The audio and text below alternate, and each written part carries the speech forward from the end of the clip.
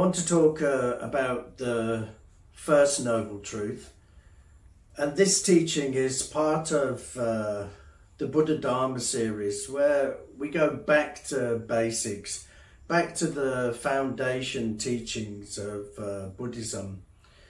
Many people look at the foundation teachings, particularly the Four Noble Truths, and they think, yeah, okay, I understand them now, and they can tell you what the first, second, third, fourth Noble Truth is, and then they carry on.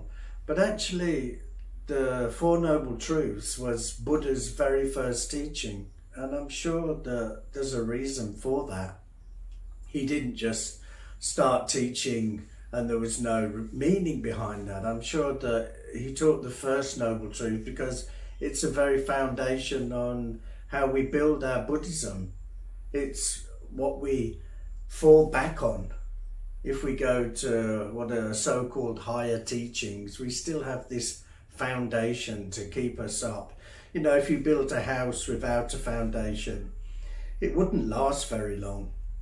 A gust of wind come along and it would blow it down. And the same here, if you're not building a strong foundation for your Buddhism, then, you know, maybe another argument comes along, or you read or you hear something else, and it pushes you right off track.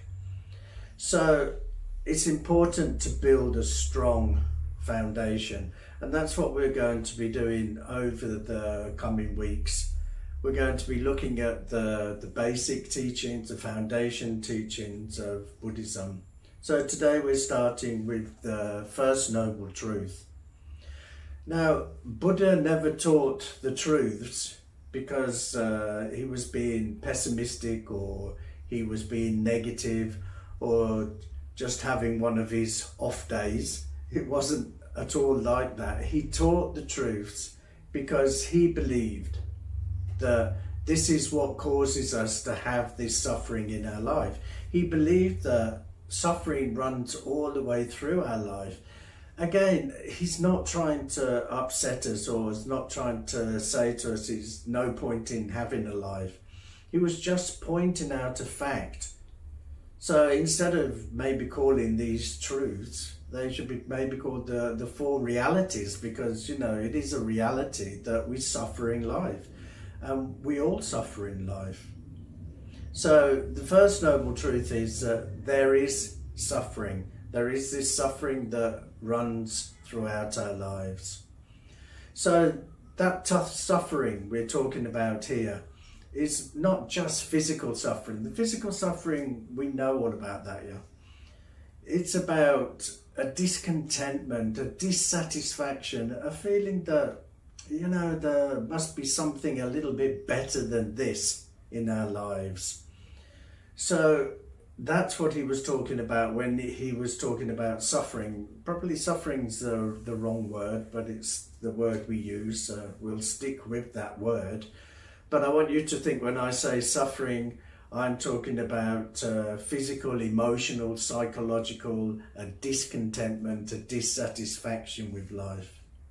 So his first truth was that there is suffering. There is this suffering that runs through our life. So this suffering can be split into three different parts. So there's the physical type of suffering. Again, we know that. We've got a cold, I've got a headache, I've got a bad back. We know that type of suffering. And of course, now during the pandemic, we really know that type of suffering.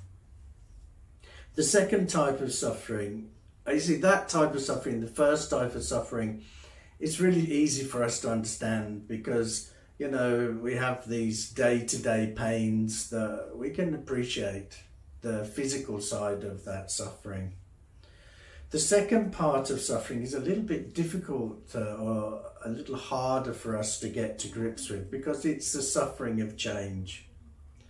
And if we're honest with ourselves, on one hand, we want things to change because we want them to get better. But on the other hand, we want things to stay exactly as they are because we don't like change. But change has come. There's nothing we can do about change. Everything in life is impermanent. So if we understand that everything is impermanent, then it means that everything is always changing. It's like life is like a flowing river. It's never standing still. It's always moving. It's always changing. And so when we have happy times and we're really happy, and maybe we've bought a new iPhone or a brand new car, something that we really wanted, and we're feeling happy, and that's a great feeling. But of course, nothing is permanent. So later on, you might lose your iPhone, or you might crash your car, or somebody steals them. What was the happiness that we had has now changed, and it's changed into suffering. So even happiness is not something we should be holding on to, because everything in life is changing, and when it changes, of course, it brings us suffering. And why does it bring us suffering? It brings us suffering because we're attached to it, we're holding on to it, we're clinging to it. We cause ourselves so much suffering through holding on tightly and clinging to things and getting attached to things and thinking that they're mine or they're here to stay. And of course, nothing is here to stay. Some things change quickly, and other things, you look at the weather can change really quickly, and other things, they take much longer to change. So if you bought a new piece of furniture, it may last a long time, but day by day, it is breaking down, it is changing. Nothing is permanent. So the second part of suffering is about that. It's the suffering of change, or even you could say the suffering of happiness, because, when we're happy, everything is great, and then that happiness doesn't last, it changes, and then we start to suffer. The third part of suffering, which is probably even more difficult for us to understand, and it's called the all-pervasive suffering, which means it runs throughout. So this pervasive suffering runs throughout the whole of our lives, from birth, old age, sickness, and through to death. So a lot of this suffering, again, this pervasive suffering, is caused by us not understanding the way the world really is. It's caused by us projecting the world. We want the world to be like this, so we then project our own world. Each one of us is projecting a world that we want. None of us are seeing the world as it really is. We're seeing it as we think it is, or as we want it to be. And this causes us a lot of suffering. There's another part to this type of suffering, which is we see ourselves as a solid, independent, permanent thing. So on one hand, we understand, look at us, we're changing. You look in the mirror, you look at old photos, you can see we're changing. But even though we can see that, it doesn't stop us holding on to this sense of this is me, this is who I am, this is a solid, independent thing, which it isn't. And because it isn't, we cause ourselves huge amount of suffering. Like I said in the second suffering, that life is like a river flowing. We are exactly the same.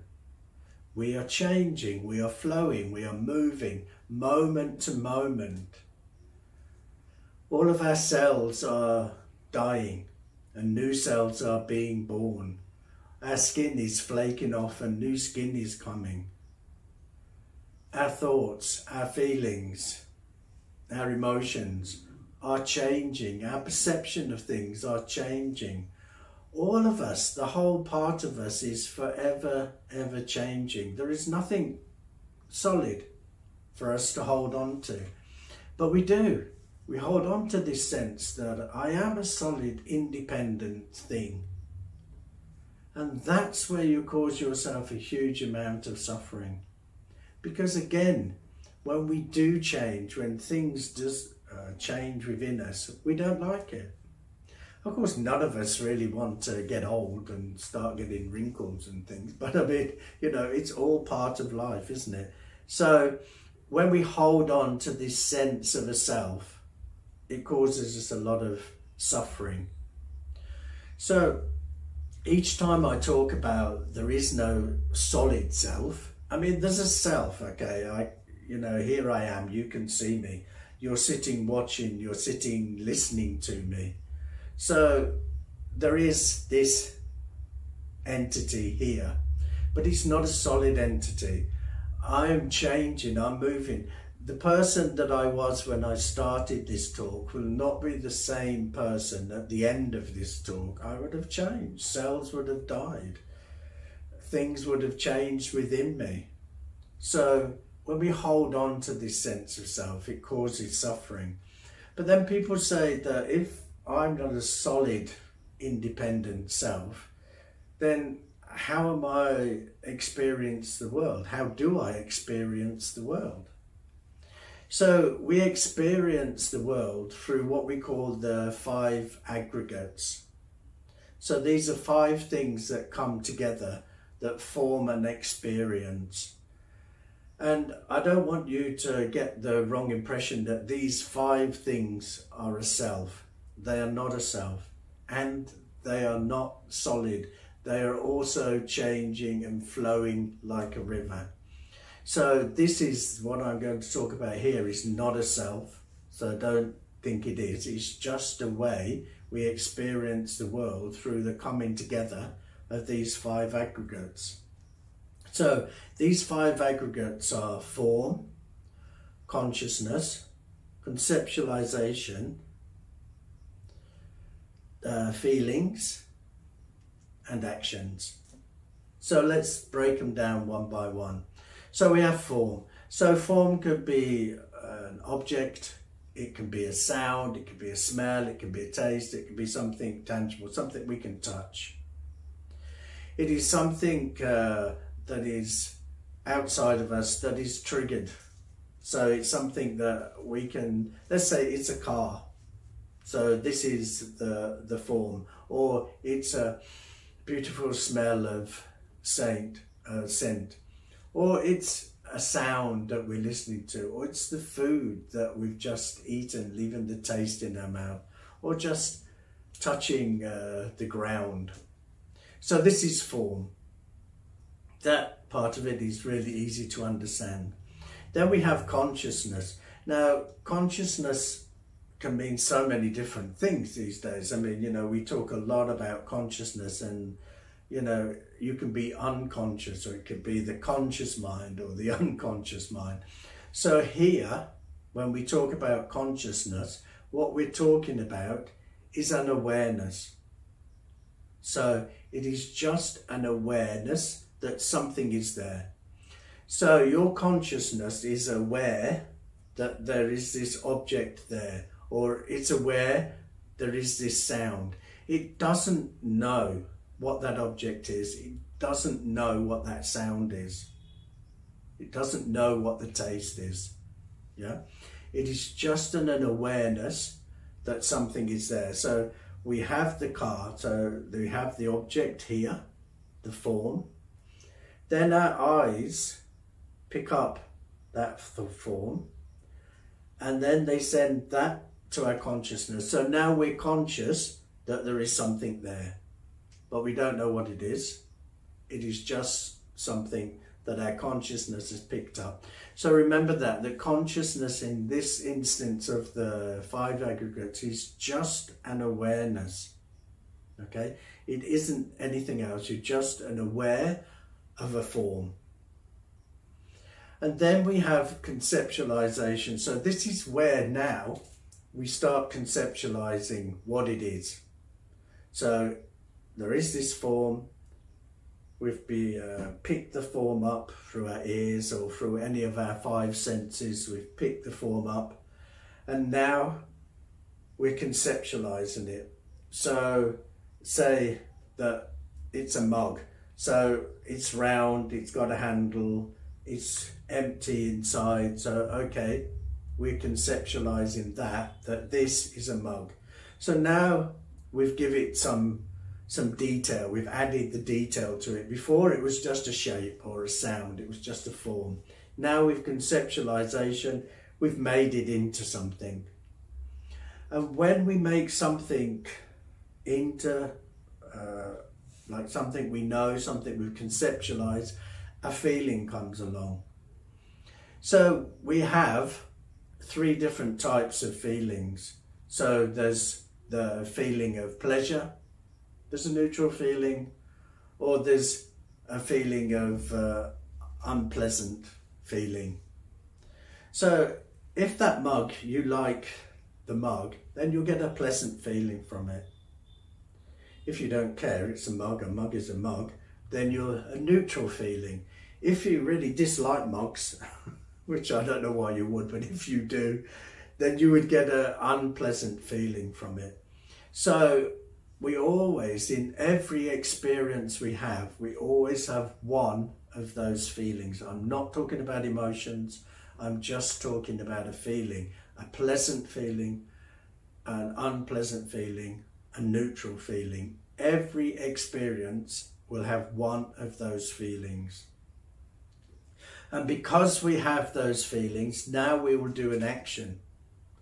So if we go back to our little mug, so its form, and our eyes have picked it up, and our eye consciousness is aware that there is a form there.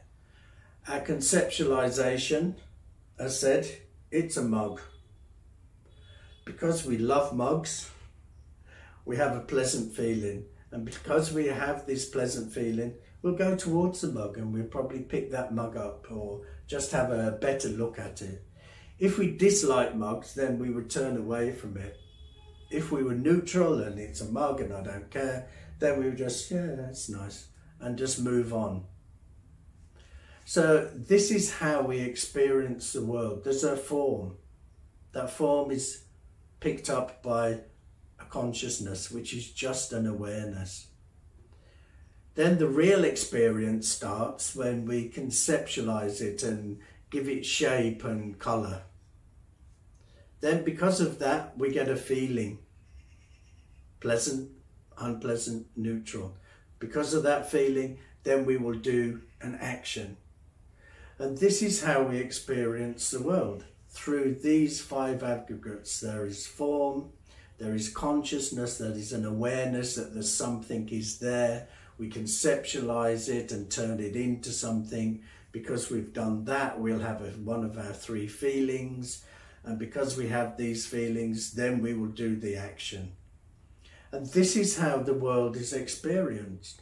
So again, they are forever changing. Form is forever changing, which means your consciousness is forever changing, which means your conceptualization is changing. Your feelings, of course, you know your feelings are always changing, and your actions are changing. So they are not solid. It is not a self, but it is the way that we experience the world. But because we misunderstand that, we bring ourselves this all-pervasive suffering. Because we don't just understand it in one moment, we misunderstand the whole of that throughout our lives. So then that means that that is causing ourselves to suffer throughout the whole of our life. So this is how the 3 sufferings cause us this discontentment, this dissatisfaction. And this is what Buddha was talking about when he said there is suffering. So he wasn't, as I said in the beginning, he wasn't trying to depress us and make us sad. That wasn't his point. His point was just to show us there is a problem with the way we live our lives, with the way we see life. And we need to know that there's a problem. Because if you are sick and you don't know you're sick, you're not going to go to the doctor, which means you're not going to get a cure. And the same here, if we don't know that life is causing us to suffer, then we're not going to try to look for a cure.